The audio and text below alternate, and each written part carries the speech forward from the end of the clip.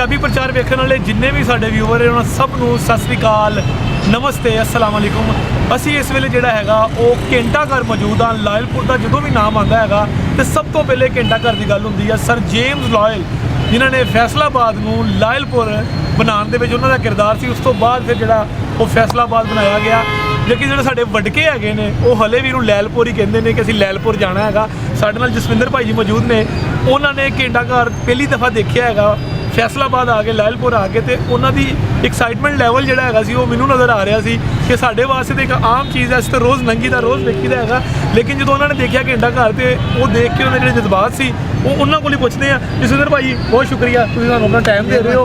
England जो तुम आए हो तो इंग्लैंड के फ्लैग के मुताबिक ही ये जोड़ा हैगा इनू कटिया गया, इसका नक्शा कटिया गया, ये 8 बाज़ार कटे गए जिद भवाना बाज़ार है, कचहरी बाज़ार है, रेल बाज़ार है, मिंटकुमरी बाज़ार है, डिफरेंट बाज़ार, चंग बाज़ार है। तो इन्होंने बाज़ारों के नाल जिधरों भी तुम आओगे घंटा घर नज़र आ रहा है, तो तुम यह मंजर वेख भी रहे हो। हाँ जी, कि किवें दा लगा तुहानूं? इतने वधिया लग्या आके, क्योंकि पिछले साल शायद ऐसे ही महीने से मैं सर जेम्स लायल की कबर देखने गया। वो हैगी कैंट काउंटी च, काउंटी नूं जिला समझो, तो छोटा जिहा पिंड सीगा, उहदी चर्च दे विच उहदी कबर देखी। तो जो पढ़िया उहदे बारे, क्योंकि बहुत घੱਟ लोग थानूं मिलते ਜਿਹਦੇ ਨਾਂ ਤੇ ਕੋਈ ਸ਼ਹਿਰ ਮਿਲੇ। ਸਾਡੇ ਨਾਂ ਤੇ ਤਾਂ ਕੋਈ ਹੈ ਨਹੀਂਗਾ ਕੋਈ ਸ਼ਹਿਰ, ਤਾਂ ਘੱਟ ਹੀ ਲੋਕ ਹੁੰਦੇ ਜਿਨ੍ਹਾਂ ਦੇ ਨਾਂ ਕੋਈ ਸਿਟੀ ਜਾਂ ਟਾਊਨ ਜਾਂ ਪਿੰਡ ਕੋਈ ਉਹਦੇ ਨਾਂ ਤੇ ਰੱਖਿਆ ਜਾਂਦਾ ਆ। ਸੋ ਜਦੋਂ ਮੈਂ ਦੇਖਿਆ ਕਿ ਯੂਨੀਅਨ ਜੈਕ ਦੇ ਫਲੈਗ ਤੇ ਬਣਿਆ ਆ, ਤਾਂ ਕਿਸ ਸਟਾਈਲ ਦੇ ਨਾਲ, ਤਰੀਕੇ ਦੇ ਨਾਲ, ਤਾਂ ਪਲੈਨਿੰਗ ਦੇ ਨਾਲ, ਤਾਂ ਫਿਰ ਪਤਾ ਲੱਗਿਆ। ਥੋੜਾ ਪੜ੍ਹਿਆ ਤਾਂ ਫਿਰ ਇਹਦੇ ਲਾਇਲਪੁਰ ਦਾ ਪਤਾ ਲੱਗਿਆ ਕਿ ਲਾਇਲਪੁਰ ਸ਼ੁਰੂ ਕਿਸ ਤਰ੍ਹਾਂ ਹੋਇਆ, ਤਾਂ ਫਿਰ ਆਬਾਦੀ ਕਿਸ ਤਰ੍ਹਾਂ ਵਧੀ, ਫਿਰ ਆ ਘੰਟਾ ਘਰ ਕਿਉਂ ਬਣਿਆ। ਤਾਂ ਕਿਉਂਕਿ ਬਣਿਆ ਤਾਂ ਹਾਂ ਕੁਈਨ ਵਿਕਟੋਰੀਆ ਦੀ ਯਾਦਗਾਰ ਲਈ, ਪਰ ਉਦੋਂ ਟਾਈਮ ਤਾਂ ਉਹਦੀ ਡੈਥ ਹੋ ਗਈ 1901 ਦੇ ਵਿੱਚ ਤਾਂ ਜਿਹੜੀ ਡੈਥ ਹੋਈ ਸੀ।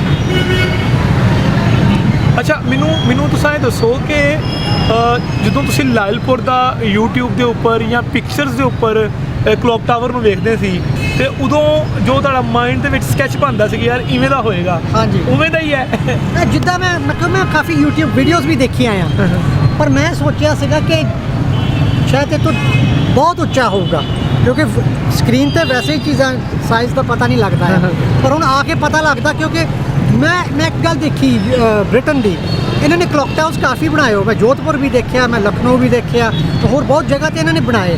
तो इन्हों की जिदा कह लो इन्हों की सोच ही सी कि क्लॉक टावर बनाने चाहिए शहरों के, इन्हों की सिटी सेंटर समझ के कह लो। तो वैसे तो उस तरह का ही लग्या कि रंग रूप तो वैसे उस तरह ही।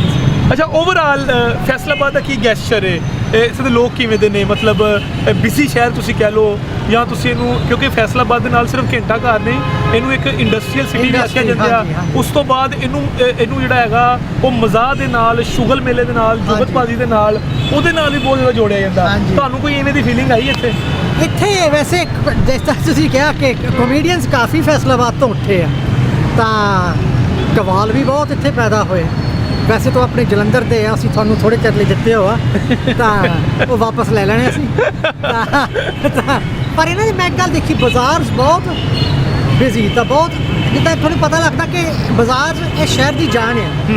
तां वधिया लगदा इत्थे आके, क्योंकि रौनक हुंदी है, ते रौनक ही देखने जे बंद होवे जां 2-3 बंदे होण, वो जगह नहीं उस तरह की रहिंदी। तां इदां ही रवे ਤਾਂ शानदार रवे, लगता भी शानदार है क्लॉक टावर के नाल, तो शहर की पछाण होंदी है। अच्छा, ਇਹਦੀ ਹਿਸਟਰੀ ਦੇ ਮੁਤਾबिक एक होर चीज़ भी ਜਿਹੜੀ ਹੈਗੀ ਆ ਉਹਦੇ ਨਾਲ ਕਾफ़ੀ ਜੋੜੀ ਜਾਂਦੀ ਹੈਗੀ ਆ, ਸਪੈਸ਼ਲੀ ਕਲੌਕ ਟਾਵਰ ਦੇ ਨਾਲ। ਇਹ ਆਖਿਆ ਜਾਂਦਾ ਹੈਗਾ ਕਿ ਕਲੌਕ ਟਾਵਰ ਇਹਦਾ ਮਾਡਲ ਜਿਹੜਾ ਹੈਗਾ ਉਹ ਇੱਕ ਹੋਰ ਕਲੌਕ ਟਾਵਰ ਨਾਲ ਵੇਖ ਕੇ ਬਣਾਇਆ ਗਿਆ ਸੀ। ਹਾਂਜੀ, ਉਹ ਕਲੌਕ ਟਾਵਰ ਹੀ ਲਾਇਲਪੁਰ ਦੇ ਵਿੱਚ ਹੀ ਹੈਗਾ। ਹਾਂਜੀ, ਉਹ ਛੋਟਾ ਕਲੌਕ ਟਾਵਰ ਹਾਂਜੀ, ਉਹ ਮੈਂ ਇੱਕ ਵਾਰ YouTube ਤੇ ਵੀ ਦੇਖਿਆ, ਮਹਿਕਮਾ ਨਹਾਰ ਦੇ ਆਫਿਸ ਦੇ ਵਿੱਚ ਹੈਗਾ। ਠੀਕ ਹੈ, ਅਸੀਂ ਉਹ ਵੀ ਵਿਜ਼ਿਟ ਕਰਾਂਗੇ ਜਾਂਦੇ ਵੇਲੇ, ਸਾਨੂੰ ਉਹ ਵੀ ਨਜ਼ਰ ਆਏਗਾ। ਤੇ ਤੁਸੀਂ ਸਾਡੇ ਨਾਲ ਨਾਜ਼ਰੀਨ ਜੁੜੇ ਰਹਿਣਾ ਹੈ ਕਿ ਜਸਵਿੰਦਰ ਭਾਈ ਜਿਹੜੇ ਹੈਗੇ ਨੇ ਉਹ ਕਲੌਕ ਟਾਵਰ ਦੇਖ ਕੇ ਉਹਨਾਂ ਦੀ ਐਕਸਾਈਟਮੈਂਟ ਜਿਹੜੀ ਹੈ ਉਹ ਉਂਝ ਹੀ ਬਰਕਰਾਰ ਹੈ ਕਿ ਉਹਨਾਂ ਨੇ ਜਿਹੜੀ ਜਿੱਦਾਂ ਹਿਸਟਰੀ ਪੜ੍ਹੀ ਸੀ, ਜਿੱਦਾਂ YouTube ਤੇ ਜਾਂ ਜਿੱਦਾਂ ਉਹਨਾਂ ਨੇ ਫੇਸਬੁੱਕ ਤੇ ਜਾਂ ਗੂਗਲ ਤੇ ਜਾਂ ਇੰਸਟਾਗ੍ਰਾਮ ਤੇ ਤਸਵੀਰਾਂ ਦੇਖੀਆਂ ਸੀ, ਕਹਿੰਦੇ ਕਿ ਹੂਬਹੂ ਉਹਦੇ ਮੁਤਾਬਿਕ ਇਹ ਬਾਜ਼ਾਰ ਜਿਹੜੇ ਹੈਗੇ ਨੇ ਉਹ ਬੜੇ ਖੁਸ਼ ਸ਼ਕਲ ਨੇ, ਬੜੇ ਵੈਲ ਡਿਸਿਪਲਿਨਡ ਬਾਜ਼ਾਰ ਨੇ। ਤੇ ਅਸੀਂ ਬਾਜ਼ਾਰ ਜਿਹੜੇ ਹੈਗੇ ਨੇ 8 ਬਾਜ਼ਾਰ ਉਹ ਵੀ ਇਹਨਾਂ ਨੂੰ ਘੁਮਾਉਂਦੇ ਨੇ, ਉਹ ਵੀ ਇਹਨਾਂ ਨੂੰ ਵਿਖਾਉਂਦੇ ਹਾਂ। ਤੁਸੀਂ ਸਾਡੇ ਨਾਲ